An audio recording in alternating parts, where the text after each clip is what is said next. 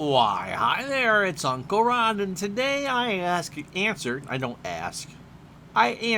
a question I get on a semi-regular basis, especially from those of you who might be new to the channel. Roger Ramjet has asked us a couple times, and I meant to answer. Hey Ryan, really enjoying your Action PC golf broadcast. That was fun, wasn't it, doing the summer skins game? We'll be doing some more golf stuff. I'm not sure what I want to do for that, but I'll have some time. Those will most likely be direct to YouTube on tape. So if you got something you want to see for golf, let me know. I have every season from 1980 to 2009 and some of his more recent releases. So we can do more skins, we can do some tournaments. I'm debating what I want to do here. Convinced me to buy the game. Congratulations. Just downloaded it yesterday and still learning my way around it. Take your time, be patient. I think this is the best version of the game yet, and I think you can pretty much, if you go back and watch these the videos for the front and back nine, you get a sense of how it plays and what you should do. I also picked up the baseball game recently. Good for you. No hurry. Well, it's only been 12 hours. But wondering when you're doing my next baseball broadcast. Well, the season's almost done, Roger. We're doing 1949, and the World Series started today. You can always catch those at twitch.tv/Retro Sports Network. And if you just click on, there should be a link, I think, in each of the videos, or cut and paste. So if you want to join us the rest of the week at noon Eastern, 9 Pacific for that. Then that project will be done, and baseball will become more infrequent because I've been doing this project since December. We start the 1984 football season using 2nd and 10 football, so it kind of blends into how I do this.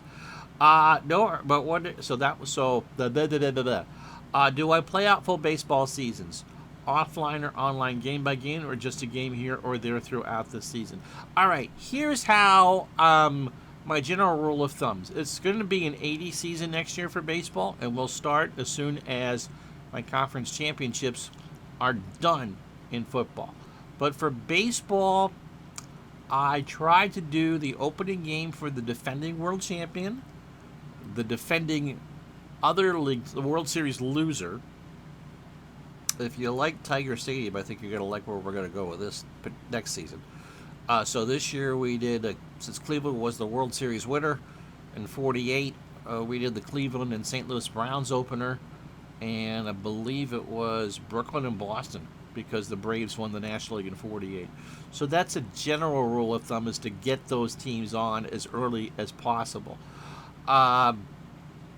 April, then the next round of games, I do tend to focus on the real life division or league winners. So for doing a season with 4 division winners, we try to feature them really early on in the season, so so they can get some games on. For baseball, I do a Wednesday game. Now we normally do this Tuesday, Wednesdays, and Thursdays. I think next year they'll be all lunchtime broadcast at noon Eastern, 9 Pacific. So the Tuesday game, or the first game of the week, generally is from the Wednesday of that given week of the baseball season. And so if we've exhausted last year's champions and have shown you this year's real-life champions, then we kind of go, and that kind of takes us through April. And so we start going with the best possible, the 2 teams with the most wins on a given Wednesday is who we tend to feature for that first game of the week. The midweek stream, the Wednesday stream, is usually a Friday game. So we do one midweek game, and then we take the best matchup that is not a day game on Saturday. I know that's confusing. But since not every team played day games on Saturdays, so it was a little different in 49, we tried to feature a team that normally would play on a Saturday night or whatever, and feature that for the second stream of the week which would be a Friday game. And the Saturday game, since we're going back to a more modern season, is an homage to the old NBC game of the week, that we try to feature the best matchup for 2 teams that played during the day on a Saturday, like you would have seen if you had watched Vin and Joe, or Joe and Tony, or Kurt and Tony, or Curtin Pee Wee if you go back to 1966, which I don't. I wasn't born until 71. So that's generally how we do it pretty much through the first 5 months of the season. Also do a doubleheader for the holidays, so Memorial Day, 4th of July, and Labor Day. Probably this year, since there won't be, I don't think, as many scheduled doubleheaders, you'll probably just get a split doubleheader, starting one, sitting in with another. September, and always I play the home team, unless it's the Red Sox. And I always play the Red Sox. Once we get into September, that's when all bets are off. First couple weeks, we kind of go with that Wednesday, Friday, Saturday actual date on the calendar schedule, and then try to go through and focus on the pennant races. For this particular year in 49, the American League was pretty much not the All-Star break. The Yankees led by double digits, and I don't think it got below 8 the rest of the way. So it was pretty much, we threw a game in there, but certainly the last month of the season, it was all Brooklyn, St. Louis, and the Giants. And people tended to watch all the way through as the games got better. I think I did 85 regular season streams, which included probably 5 or 6 doubleheaders. So we did 90, 91 games. We get to the last 2 weeks of the season, and then we just go day by day and take meaningful games on the calendar, whatever means something. So if that means that we do a split city doubleheader once in a while, we'll do it. It just kind of slows right down. So it took a little longer than I wanted, about 8 months to play this whole season out. But I took a vacation week here. The heat was too much last week. This should have been the end of the World Series this week. And a variety of different things, just because you never know what's going to pop up for life. So generally, it's 3 games a week. I count on about 80, 81 streaming dates per season. That includes the All-Star game and the holiday specials, plus whatever comes up at the end of the season to fill in. And of course, this year, we had the 2-game National League playoff. Do I stick with one team? No. Although the Red Sox are my favorite team, if they aren't compelling, if they aren't in a pennant race, they're not going to get featured. Just because I really don't want to feature a team that's at 500. There are more compelling games, and I treat it like when I was growing up, you would go with, on paper, the best matchups. When we had the added bonus of there's no real logistics involved. If I pull a crew from City A to go to City B, there's no hotel fees, there's no satellite fees. It's what I want to do. And so we basically try to go with the best possible game of the day. Do I hop around to whatever game or team is most exciting? That's pretty much what I do. Sometimes I'll plan out a month in advance, 6 weeks in advance, and revise so I have a general idea. Because of the 2 leagues, it was harder to do later on in the second half of the 49 season. I try to keep the leagues even as much as possible. So if I go National League heavy one week, I try to go American League heavy the next, just to give a different taste of back and forth. If the closer you are to first place, or first place is playing the second place team or the first place team in another division, that's what you're going to see. You're going to try to see the best possible matchups. I don't look into who's pitching. I don't know. So let's say I'm doing 1978. If it's Guidry and Ryan on a Tuesday and I choose the Wednesday game between the Angels and the Yankees, well, I'm choosing the Wednesday game. We try to keep it as consistent as possible for that.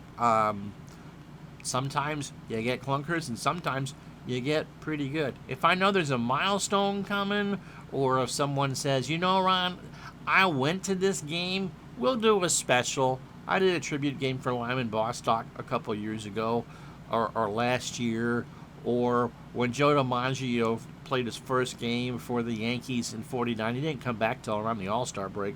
We did that game as a special. So there'll be some things I might look and say, okay, so we're going to pick up this Monday game for whatever reason. But once the season starts, it's all a work of fiction anyway.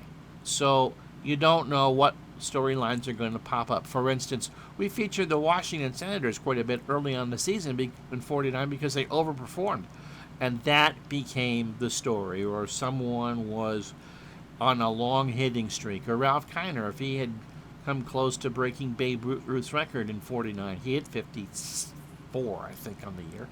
But, you dip in for things like that. It's a living, breathing thing.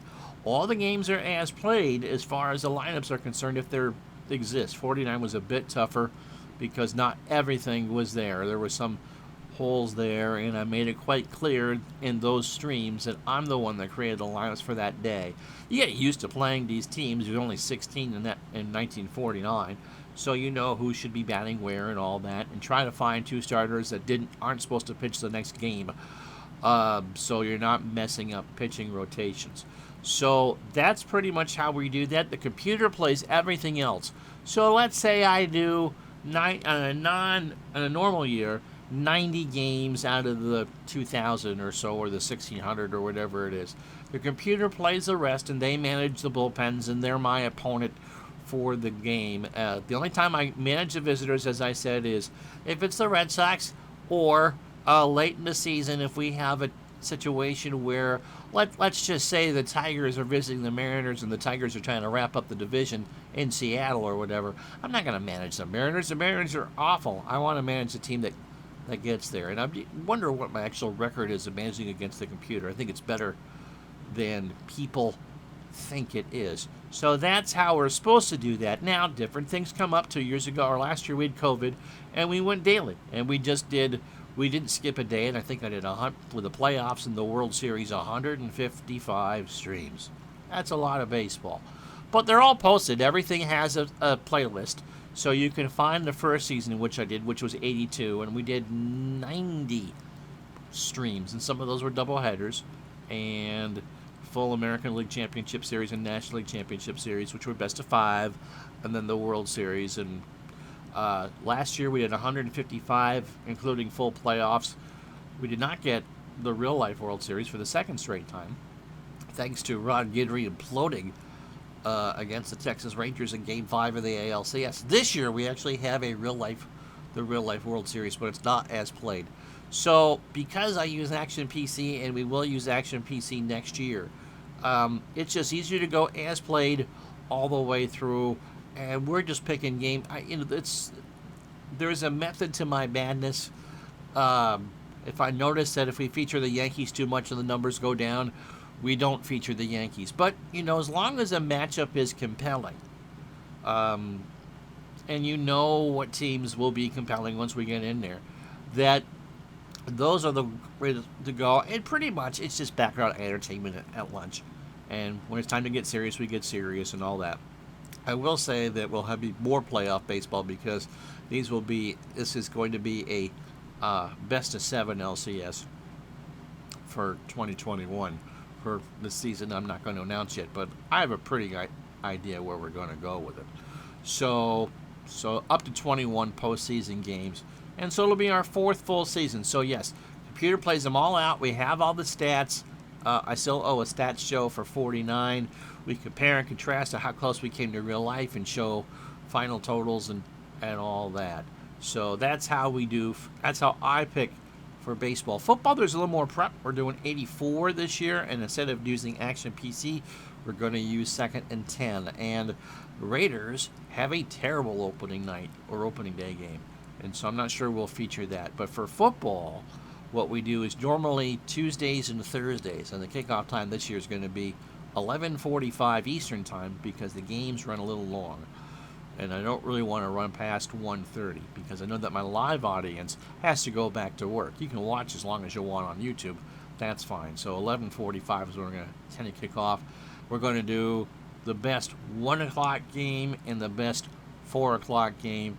And because we can be flexible, we can put the Monday night game back on to Sunday if it's a dog or whatever. And there'll be some weeks where we just pick a game and move it to Monday night and have that big Monday Night Football. So 2 to 3 games a week. I'm going to focus a bit more on the 49ers because they went 15-1 this past year. But because we're using 2nd and 10, we can go back and forth between games, and we can pause the game that we're doing. So let's say that we're done with the 1 o'clock game. So we can pause the 4 o'clock games and do the overtimes for the 1 o'clock games. So we'll have more versatility to show you more actual football this year than we have been able to in years past. I did 78 and 86. 78 had the real life Super Bowl, and San Francisco's pretty happy that I picked. No, New England's pretty happy I picked 86 because they beat San Francisco in a Super Bowl. So, again, early season storylines, teams that you expect to do well. You're going to see Miami early. You're going to see San Francisco as much as I can shove them on. Lots of NFC East because that was 3 teams went 9-7, and then there was Washington. So that entire division is an absolute crapshoot. And, of course, the Bears the year before and all that. So early on, you go with what you know are going to be the storylines or expected storylines for the season. Then probably by week 4, you start going with, as with any replay, who's surprising and who's not. I mean, if you remember back when I did my first football season with 78, the Kansas City Chiefs ended up as a wild card team. And so we did some of their games. Like they were 4-12 in real life. Well, they lost 6 games, I think, by a total of 8 points. And yeah, that's the difference in the NFL. So the mid part of the season, weeks 4 through 12, you go through whatever the storylines are. And then the last 4 weeks of the season, really focusing on getting down those playoff spots. In week 16, we could do as many as 5 games. You just never know. We're just trying to get as many teams in the playoffs as possible, and then the real life or the playoffs from 84. So 2 games the week of the wild card week. If I do it right, it should be right around Christmas. Division week, we do all 4 games. That's a lot of football. Then conference championship week 2, and then we start the baseball season, and then the Super Bowl somewhere in prime time along the line. But again, it depends on, early season on, because, who you think is going to do well, and then you start focusing on the teams that are doing well, division matchups, hated rivalries, all that. So if you got any further questions about how we do this, feel free to ask, and we'll try to get it on for you. But pretty much for baseball, it's early season, the teams that did well the year before, teams that expected to do well, and then we let the storylines develop and then pick games from there. So again, for baseball, Wednesday, any game on the calendar that I want to do, usually it's the best matchup I think is going into a given day. The Saturday matchup, which is usually the last broadcast of the week, will be a day game on the calendar. Again, trying to pick what NBC might have picked if they had some flexibility. I could move a game in there if I really, there's 2 games that you just can't miss. And Friday, the best game I think on the calendar, and that's the midweek special. So we try to, there's no guarantee we're going to get every team on there, but you're not going to see 40 Yankee games unless you want to see 40 Yankee games. So we try to balance it around to give what I think are the most compelling matchups. Sometimes you get great baseball, and sometimes we're telling stories of how we fell asleep streaming in the 30th inning because it's 10-0. All right, thank you so much. World Series all week live on twitch.tv/Retro Sports Network. Next day available right here on YouTube after the 24-hour embargo goes away. Thank you so much. We'll talk to you the next time.